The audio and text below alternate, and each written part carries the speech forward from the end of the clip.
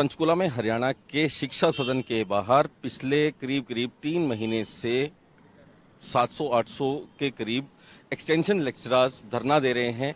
मांग एक, उन्हें कॉलेजों में पक्का किया जाए। हरियाणा के विभिन्न जो कॉलेजेस हैं, सरकारी कॉलेजेस, उनमें अनियमित तौर पे जो काम करने वाले लेक्चरर्स हैं वो यहाँ पर सरकार पर दबाव बनाने की नीति के तहत यहाँ पर धरना दे रहे हैं। पिछले कुछ दिन पहले चंडीगढ़ में आकर के सीएम का घेराव करने की नीयत से जब वो एंटर करना चाह रहे थे तो पुलिस के साथ बहुत बड़ा टकराव हुआ था, जिसके बाद कुछ लोगों को गिरफ्तार भी किया गया था।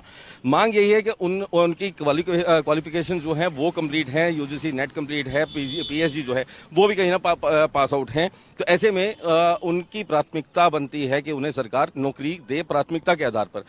दूसरी तरफ हापा है, ये पढ़े लिखे सभी बेरोजगार वो युवक हैं जो पीएचडी पास आउट हैं, जिन्होंने यूजीसी नेट क्लियर किया हुआ है, और Haryana aspiring assistant professor association ये है हापा। इनका साफ तौर पे एक गंभीर आरोप कि जो लोग स्थायी नौकरी की मांग कर रहे हैं शिक्षा सदन के बाहर बैठ के सरकार पे दबाव बनाने के लिए, उन लोगों द्वारा फर्जीवाड़ा किया जा रहा है। उनकी जो डिग्रीज हैं वो जाली हैं, फेक हैं, नकली, कहीं छोटी ऐसी यूनिवर्सिटीज जो मायने नहीं रखती, जिनका कहीं आधार नहीं है, ऐसी जगह से वो कागजात तैयार करवा करके नौकरी मांग रहे हैं। सप्रा साहब, आप इन सब में सीनियर हैं, पूरा मामला जो है वो विस्तार से बताएं कि है क्या। पिछले 10 साल से हरियाणा में टीचर्स की कमी तो रहती है। पिछले 10 साल से हरियाणा के गवर्नमेंट कॉलेजों में एक्सटेंशन लेक्चरर्स काम कर रहे हैं, जिनका अपॉइंटमेंट फर्जी है। देवर नॉन एलिजिबल के बाद वो प्राइवेट यूनिवर्सिटी से नकली डिग्री लाए, जो छोड़ के भाग गए थे जब उनको सिर्फ 18,000 रुपये दिए जाते थे महीने में। बाद में इन्होंने दबाव दे के 25,000 रुपये करवाए 2017 में विधानसभा चुनाव से पहले। फिर इन्होंने सीएम साहब के पुतले जलाए, शिक्षा मंत्री रामविलास शर्मा जी के पुतले जलाए, सभी अधिकारियों के पुतले जलाए। दबाव डाल के वो 57,700 रुपये करवाने में कामयाब हो गए। एलिजिबल को 57,700 और जो नॉन एलिजिबल है उनको 35,400 रुपये। अब ये फिर यही दोबारा जिस तरह से इन्होंने 2019 में किया था विधानसभा चुनाव से पहले, अब ये फिर 2 महीने से सरकार पे दबाव बना रहे हैं, भाई हमें 58 साल तक रोजगार की सुरक्षा दी जाए।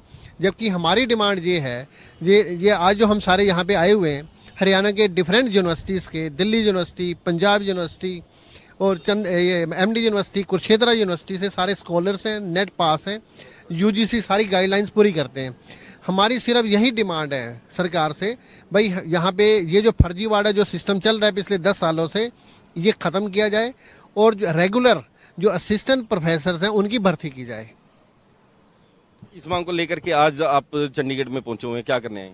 आज हम एसीएस साहब ने हमें, जो additional chief secretary higher education, उन्होंने आज हमें अपॉइंटमेंट दिया हुआ था और आज हमारा जो डेपुटेशन है उनसे मिला है। बड़े उन्होंने प्यार से उन्होंने बोला है भाई हम आपकी डिमांड सॉल्व करेंगे, परंतु साथ साथ यही एसीएस साहब से या जो दूसरे हायर एजुकेशन के अधिकारी हैं, मिस्टर दीपक कुमार जो ज्वाइंट डायरेक्टर हैं या डिप्टी डायरेक्टर सुखिंदर सिंह, उन्होंने उनको जूस बुलाया है और उन्होंने ये भी बोला है जो एक्सटेंशन लेक्चरर्स हैं, जो फर्जी हैं, जो इतने टाइम से बीच में घुसे हुए हैं, उनको भी विश्वास दिलाया हम आपकी मांगे पूरी कर रहे हैं।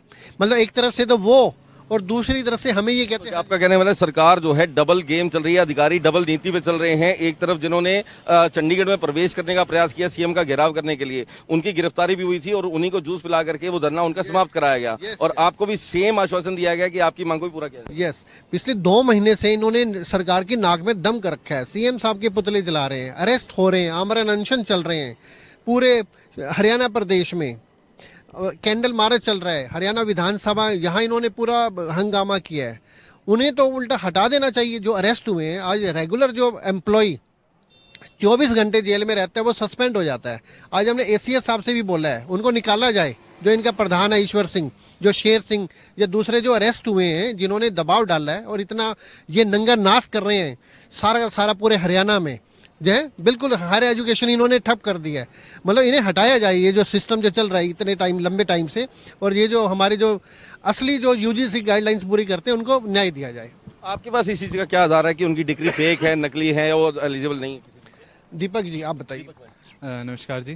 तो जैसा कि आपने क्वेश्चन किया है कि किस बेसिस पे हम उन्हें कह पा रहे हैं, क्योंकि वो भी हमसे क्वेश्चन करते हैं कि आप किस बेसिस पे हमें फर्जी कहते हैं या फिर हमारी डिग्रियों को नकली कहते हैं।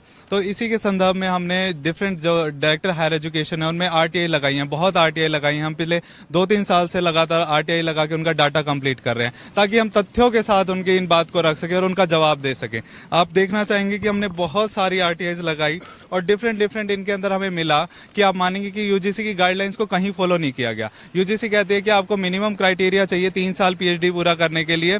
इन कागजों में खुद डायरेक्टर हायर एजुकेशन ने हमें दिए हैं, उनके अंदर उन कैंडिडेट्स की डिग्रियां 2-2 साल में पूरी हो गई हैं। तो कहां से इन्हीं चीजों से हमें शक पैदा होता है कि जो ये भर्तियां हुई हैं वो नियमित तरीके से नहीं हुई है। साथ ही साथ जिन लोगों ने बाद में पीएचडी की, जो कहते हैं कि हमने रेगुलर पीएचडी की, तो उसी दौरान वो सरकार से वेतन लेते रहे। हम मना नहीं करते, हम कहते हैं सरकार से कि वो जांच करे, हम गलत नहीं है, आप उनकी जांच कीजिए। उसी दौरान उन्होंने कोर्स वर्क किया, उसी दौरान उन्होंने गवर्नमेंट से सैलरी विड्रॉ की। ये कैसे पॉसिबल है कि एक ही बंदा 2 जगह प्रेजेंट हो जाए? तो इसकी जांच होनी चाहिए। यही जांच डीएचई पहले भी कर चुका है 2020 में, पर उसका कोई निष्कर्ष नहीं निकला। उसके बाद अब दोबारा मार्क किया गया 5 यूनिवर्सिटी से जिन्हें पीएचडी की हैं प्राइवेट से, उनको दोबारा से मार्क किया गया कि उनकी जांच हो, पर हम उस जांच कमेटी से संतुष्ट नहीं है क्योंकि पहले भी कोई निष्कर्ष नहीं निकला था और अब भी कोई निष्कर्ष नहीं निकला। तो इसी के रिगार्डिंग हमने एसीएस जो हमारे आनंद मोहन शरण जी हैं उनसे हम आज मिले हैं और हमने ये रिक्वेस्ट भी रखी है उनके सामने कि इनकी जांच किसी इंडिपेंडेंट एजेंसी से कराई जाए। सीबीआई से मांग कर रहे हैं कि अब जो है काफी लंबे समय से जो है आप ये बोल रहे हैं कि सीबीआई जो है इस मामले की जांच करे, लेकिन दूसरी तरफ जो है अधिकारी आपको भी आश्वासन दे रहे हैं, उन्हें भी आश्वासन दे रहे हैं। लगता है कि कहीं कोई ऐसी नीति हो सकती है कि जहां जांच अच्छी हो? हाँ सर, यही है कि एक इंडिपेंडेंट एजेंसी कभी भी काम करती है तो किसी दबाव में नहीं होती। तो हम ये चाहते हैं, इसीलिए हमने आज एक यहाँ पर ब्लैक डे मनाया है। यहाँ पर आज की हम एक रोष प्रदर्शन कर रहे हैं, ये दिखाना चाह रहे हैं कि कहीं ना कहीं हमें रोष है इस चीज़ों को लेके कि जो आश्वासन आप हमें देते हैं वो पूरे नहीं होते हैं, उनको दरकिनार कर दिया जाता है, नए आश्वासन दूसरे लोगों को दे दिए जाते हैं। तो हम चाहते हैं कि एक रेगुलर प्रोसेस से सब चीज़ों को किया जाए ताकि एक अच्छा कैंडिडेट जो है वो कॉलेजेस में पढ़ा सके और बच्चों के भविष्य को बना सके। नियमित भर्ती की बात जो है वो आप लोग डिमांड कर रहे हैं, आज इसे सबसे मुलाकात हुई है, आज क्या आश्वासन मिला है? आज उनने हमें आश्वासन दिया है कि अगले 3 महीने में वो इस प्रोसेस को कंप्लीट करेंगे। कुछ जगह वो रोस्टर्स को पूरा कर चुके हैं और रिक्वायर्ड जितने भी लेक्चरर्स की रिक्वायरमेंट है उनको आगे फॉरवर्ड कर चुके हैं। पर उन्होंने भी कहीं ना कहीं हमें सांकेतिक रूप से ये बात कही है कि हम अपनी तरफ से कार्रवाइयाँ पूरी करते हैं, पर कहीं ना कहीं इसके अंदर हमारे एजुकेशन मिनिस्टर जो हैं उनका और हमारे चीफ मिनिस्टर जी का भी रोल रहता है। तो हम उनसे भी अनुरोध करते हैं आपके माध्यम से कि वो भी हमारी बातों को सुने।